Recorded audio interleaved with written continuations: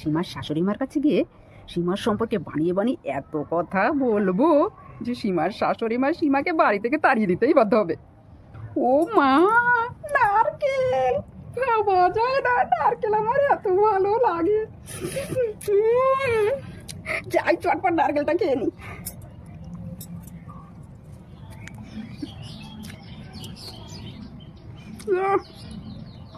ভালো লাগে। ওমা, এ কি পিসিমা, আপনি কি করছেন এখানে? কি খাচ্ছেন আপনি এটা? কি খাচ্ছেন আপনি এটা? এ কি পিসিমা, আপনি কি ওটাকে নারকেল ভেবে খেয়েছিলেন? কিন্তু ওটা তো নারকেল নয় পিসিমা, ওটা যে কচু। হ্যাঁ, কচু, ওর জন্যই আমার গলাটা কেমন গুটগুট করছিল।